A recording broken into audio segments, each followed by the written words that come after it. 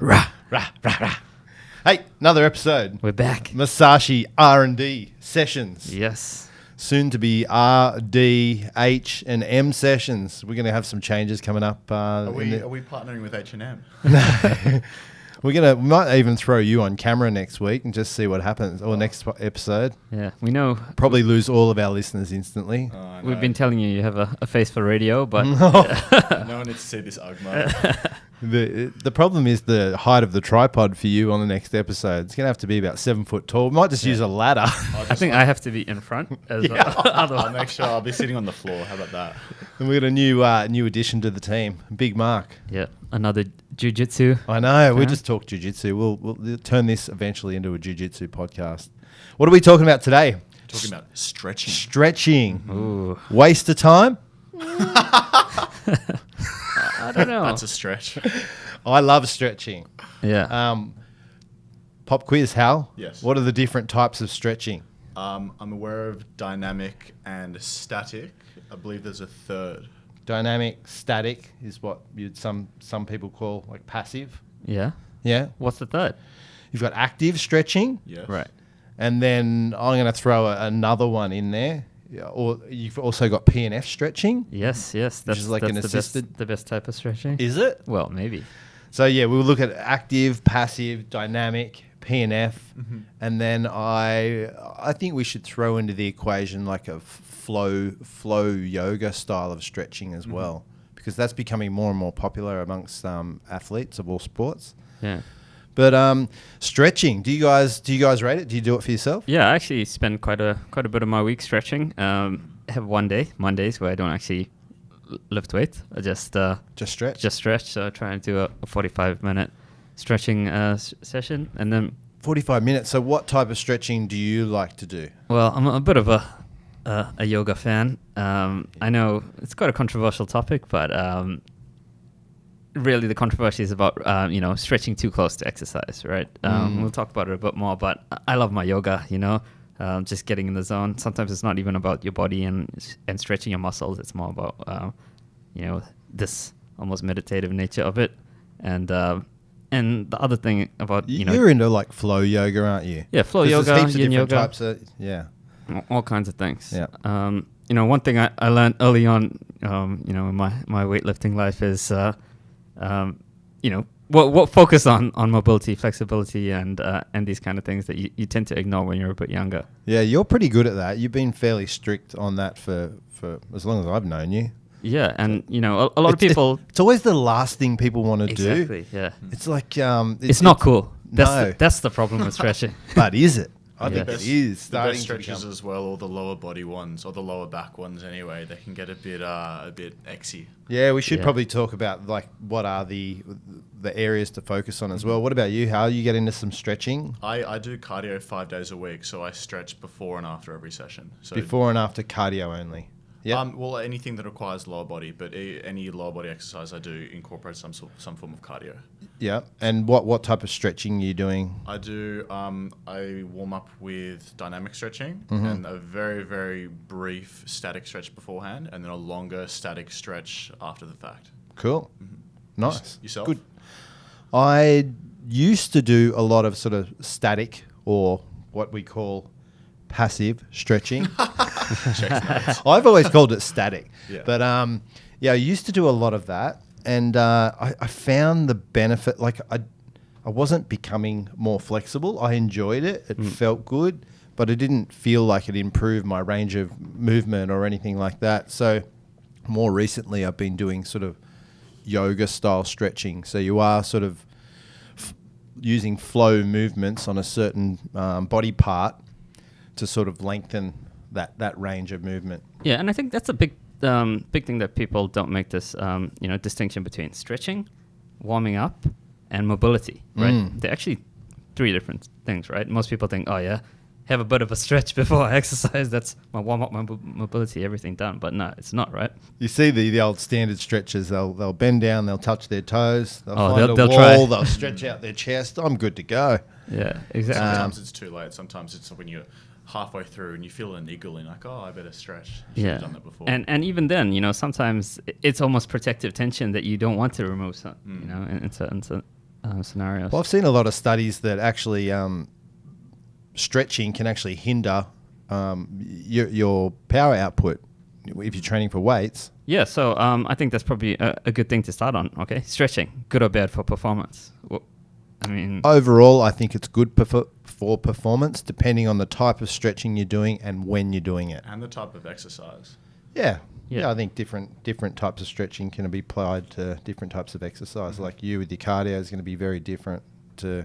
Yeah, well, so you know, is stretching bad for performance? Well, you know, there are studies that show that if you stretch for above 60 seconds before anything requires a bit of power output, it's probably going to hinder that, right? Mm. And like how they study this is people did some stretches and they immediately after that they try to do some box jumps. But there's a way to counter that. If you stretch, then you do some dynamic warm-ups after that. Your body will be 60 seconds, is that 60 seconds per muscle group, per stretch, or 60 seconds total? I think it's 60-second static stretches. So per pose. I don't necessarily per muscle group. Touching your toes for 60 seconds, not 10 and then calf, whatever. Exactly. So these prolonged stretches in the short term are going to hinder your power output. But, like I said, that can be countered with some dynamic warm-ups before you actually perform. Mm-hmm. But then in the long term, is stretching good for performance? I like it in terms of energy. Like if you get used to like a 2 to 3 minute slow stretch and a bit of a warm up, it just kind of is it the stretch that's giving you the warm up? It's just the preparation. Like stretching, it's part of your warm up routine. Exactly. Yeah, but it's just prepping energy. The mind and body. Exactly, it gets you in the mood. Yeah. Well, actually, there is a functional benefit of stretching, right? Mm-hmm. Increasing your flexibility and mobility. Certain sports and exercises require you to generate power at like these, let's call it more flexible angles, right? So, like gymnastics, calisthenics, weightlifting, even, jiu-jitsu, martial arts is a good example, where you're going to, be in these positions, but it's, close to the end of your range of motion, but you're still going to have to generate power in some of these positions. Mm.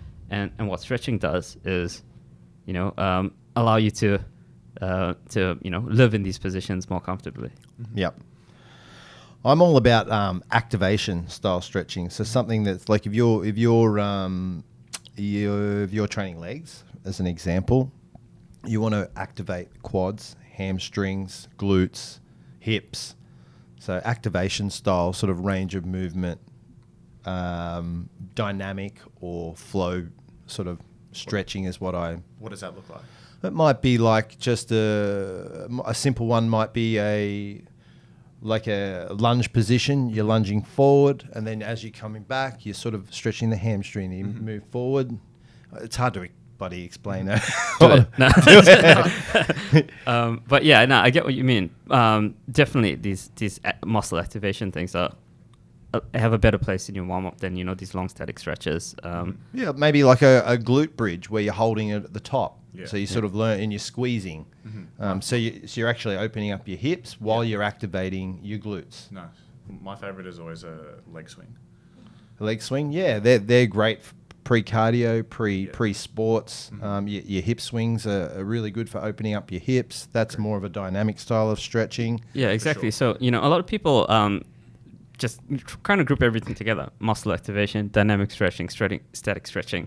They're all really pretty different, and depending on what you want to do, they're all tools in your toolbox as an athlete to use, depending on what you want to improve. What's the main difference between dynamic and active stretching?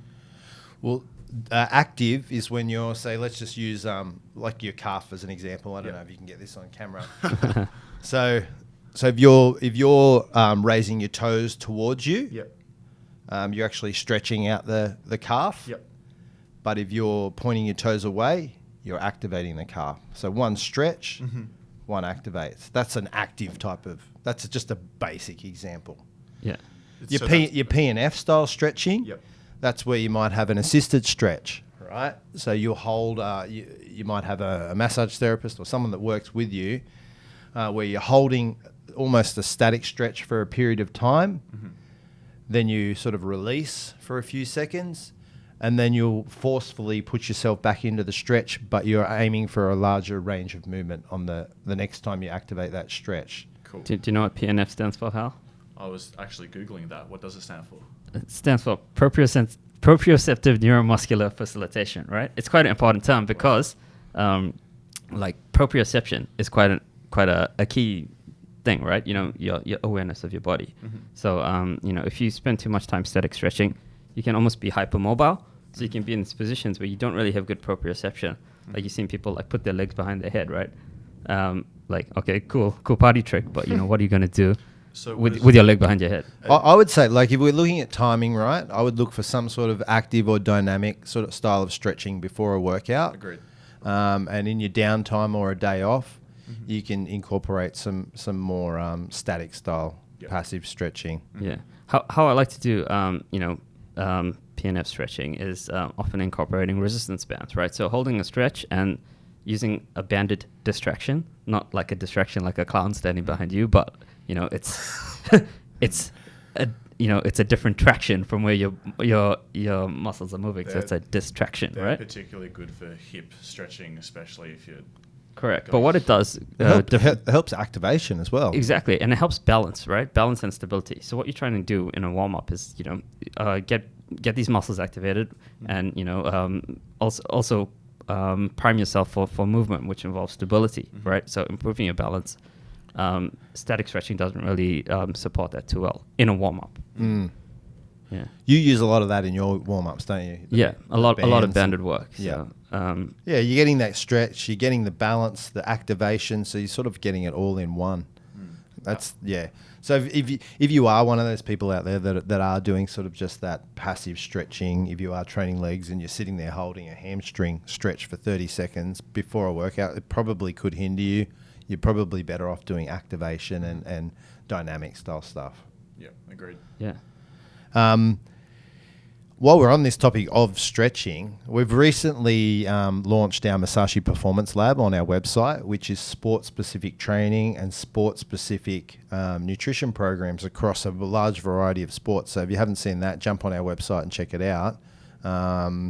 All sort of free programs available for anyone. So I think there's soccer, basketball, MMA, there's all these different sports. But what we're currently working on, we're actually going to have some yoga for sport videos that we'll be launching in the near future as well.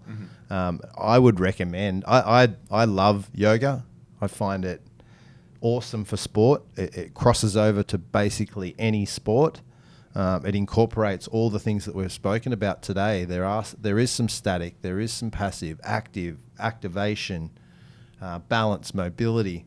That's why I love yoga. Yeah, and yoga almost has this perception that it's a bit girly, it's a bit Lululemon kind of thing. There's different types of yoga, right? And there is probably yoga is only now gaining popularity with sports people. But if you're into like that traditional old school yoga where you're talking about your inner chakra, that might not be applicable to a young guy that wants to do weight training or is playing footy. So you really need to look at forms of yoga that are applicable for sport. And there are plenty are like hot yoga is pretty good. Well, I guess yoga is like 5,000 years old, right? It's evolved a lot to what we get today, and there's a lot of different types of yoga. Anything that can stand the test of time across thousands of years, works. Yeah, and I think why I love yoga so much. Although I've kind of been bagging static stretching a little bit, but I tend to do these like 5-minute passive holds, 5-6 minutes. It gets pretty hard.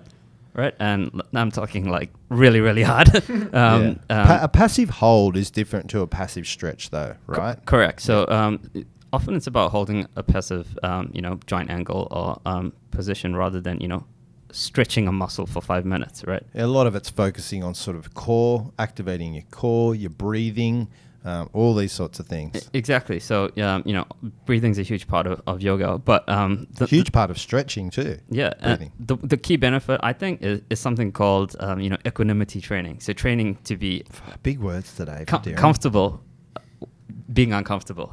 Like when you're in these deep positions, it's all about remaining calm. It's all about, I'm not gonna die. I'm gonna be okay. And like this mental training is often the challenge that people don't associate with yoga. They think it's just I'm going to sit there and stretch, right? Yeah, just going to go through these set of movements. No, it's clearing your mind. It's getting your breathing right. It's activating the right muscle groups. It's doing all this at once. Yeah. It is the ultimate training for any athlete because there's so many things that you need to switch off, but you need to switch everything else on. Yeah. It's mentally, sometimes a bigger challenge mentally than physically. Pilates is a similar kind of activity that you can Come on, finish man. each Now we're Wednesday. pushing it. We're trying to get these young guys to do some sort of stretching or yoga, and now you're on Pilates. You Pilates push. is more intense. Well, Pilates has got a different sort of focus. Yeah, agreed. Pilates is, does get you pretty hypermobile. It does almost force you into these positions that might take a bit longer than in yoga, right? It's almost assisting you to get into these positions. So it does have a benefit. It can improve your flexibility quicker than yoga. But again, there's all these other benefits with yoga. To be a true yoga master, they say that you have to hold a position for 20 minutes, remain completely still. Which sounds, I can hold a position for 20 minutes. But really, some of these positions that you have to hold is super hard. Like I can do that when I'm asleep. Yeah. I'm lying down in my bed, but otherwise, You probably wouldn't even do that. Yeah, For too 20 easy. minutes, there are some involuntary movements Yeah. even. Yeah, so it's all about stillness. Yeah, so Yeah, I think gone are the days of stigma of like yoga and stretching, and I think everyone needs to incorporate some sort of stretching or yoga into their program. It needs to be a focus, a priority, because it's only going to cross over and benefit everything else you're doing with your sport or your training. It's big in particular, especially if you're an athlete, for injury prevention. That's a big thing. Not even just prevention, but even just reduction. but is it? Sure. So actually, that's the one thing we haven't talked about yet, right? We talked about the implications of performance, but injury prevention. Does stretching help reduce injuries? I would say if stretching is done correctly, I think injuries generally occur. Like, let's talk to the people that are probably listening to this. It's young guys and girls who are into their training, whatever. They're probably right into their health and fitness. They take everything seriously, and they're pretty extreme. They're into it, right? I've been through those days where you stretch and you're actually stretching too aggressively. You are pushing beyond where you should be. I think a stretch should be relaxing. You should feel it, but not to the point of pain or agreed. way beyond your natural range of movement. You don't want to exacerbate an existing injury as well. So I think that's where it can cross over and actually might cause injury. Exactly. It's called hypermobility, right? Yeah. When you're too mobile that you can control, right? Sometimes you get into these positions, and even when you're exercising, you might push into these positions, and you don't necessarily have the stability or coordination to sustain those positions, right? You are almost like, you become like too jelly in these positions, right? You don't have the stabilizers and things, But That's the way I felt when I used to do like a static stretch before I did weight training. I'd almost feel hypermobile. Like you almost want a little bit of, like you want to feel stable when you're lifting weights. Might be different if you're doing a sport like jiu-jitsu or something where you need to be sort of almost hypermobile. But to counter that, if you have executed an efficient or an effective warm-up for a sporting game, which will include some dynamic or static stretches, compare that to someone who hasn't done that at all. For example, someone who rolls their ankle identically in two different sports. Someone has warmed up properly, including stretching, and someone who hasn't. The injury of someone who is warmed up and stretched will not be as bad typically as the alternative. Yeah. So hypermobility we talked about, but what you're talking about is hypomobility, right? So we don't have enough mobility to be in these positions that you need to be in, and that's probably another another key cause of injuries, right? People that squat too low sometimes might hurt their back, just because the weights are pushing you too low. I'm a victim of that recently. Like as I've gotten older, like I traditionally squat very deeply, and as I've gotten older, that has impacted my lower back. I've been getting like a lot of lower back pain, locking up. Went and saw sort of a physical therapist, and they're like, "You're squatting too deep. Just shorten the range of movement." 2 weeks after shortening the range of movement, 18 months worth of back problems gone. So you're right. Yeah. So what happens when you don't have the flexibility and mobility is that you compensate, and for example, your back might take the load, and that's when these injuries can occur. So it's a fine balance. Don't be too mobile where you can't control it, but don't be immobile where you can't get there. Mm-hmm. So you just recommend everyone sort of start off slow, but and not pushing the stretches beyond where you need to initially. You work up to it. It's no different from weight training. You're not going in there and throwing 4 plates aside on the bar to squat straight away. You work up to that weight. It's the same with stretching. And do some research first. What's for your goals in your sport? Yeah, I agree. I agree. Like if you look at different types of sports or different, if you're doing leg day, it's going to be very different type of stretching. If you're doing sort of shoulder pressing or chest pressing. Exactly. Yeah. Well, if Dhiren's powerlifting, he's going to have a very different stretching warm up to me about to play a game of basketball. Yeah, and that's right. A sprinter is going to have to warm up the quads, the hips, the glutes. Jiu-jitsu, you pretty much need to warm up everything. So it is very sport specific. Yeah. And it's important to understand how stretching works. Often people think when you stretch, you're adding muscle cells, but that's kind of like the old school way of thinking, right? What actually happens is the reason why you can't get into these deep stretches is often because of your brain, right? Your body's preventing you from getting to these positions because it thinks it's a dangerous position. So what stretching does is actually improve your tolerance to these positions, and over time, well, in the short term, immediately your brain kind of accepts that these positions are safe. So then, when you stretch, you can go into these positions pretty quickly. But in the long term, you build up a deeper tolerance. So you can go into even more flexible positions. That's cool. Yeah. Yeah. Keen to know what everyone else does out there. Let us know what type of stretching you do. Hit us up on Instagram, Facebook, wherever you find us. Yeah. But yeah, everyone incorporate some sort of stretching or yoga, and very soon we will have some things for you, some content that you guys can apply. We'll have some tips for warming up and warming down too. Yeah. Mm-hmm. Think mobility over flexibility. Yes, good. That's a good way to finish. And do you have a Miyamoto Musashi quote that talks about stretching? That was it. I do. That was it, was it? No, the quote is... Do you really? It's not a Musashi quote. Oh. But... then we don't want to hear it. It's a similar ancient warrior, right? Okay. Yeah. The quote is... It is... Did he have in it, though? No. Okay. It's better to be a warrior in a garden than a gardener in a war. Is that Kung Fu Panda? It's better to be a warrior in a garden than a gardener in a war. That's the same as I'd rather have it and not need it than need it and not have it. Well, no, it's talking about, you rather prepare yourself with these, if you can be an elite athlete and, go into these, relaxation modes, but, you don't want to be a relaxed person trying to be an elite athlete. So you'd rather be over-prepared than under-prepared. Yeah, I don't know what I'm trying to say, but that is the key. Yeah. Be over-prepared. Even if people think I don't need to stretch. Who knows? You might be in a position one day on the field or wherever it is where you go, oh, I'm glad I'm flexible and I've done all that stretching. Plan for the worst, hope for the best. Vince Staples says I'd rather be caught with it than without it. It's so true. This comes up a lot in what I did, like in martial arts and jiu-jitsu. It's like, you're approaching 50-year-old man. Why are you doing all this fight training? Like, the chances of you getting into a fight at this age is next to nothing. I'm like, I agree. But what if? Exactly. You want to be prepared just in case. 100%. I think on that note, we'll finish up. But Dhiren's already checking his phone. No, I'm just checking who said that quote. It wasn't Musashi. It was Kyodo, which is an old Chinese proverb. Nice. So, there you go. Shout out to, who was it? Kyodo. Kyodo. Give him his credit. Say hello to Musashi for us. Very nice. All right. I think that's all. Tune in next episode and we'll have Hal and Mark hopefully joining us on camera. And yeah. Thanks again for listening and we'll catch you guys in the next episode. Musashi out.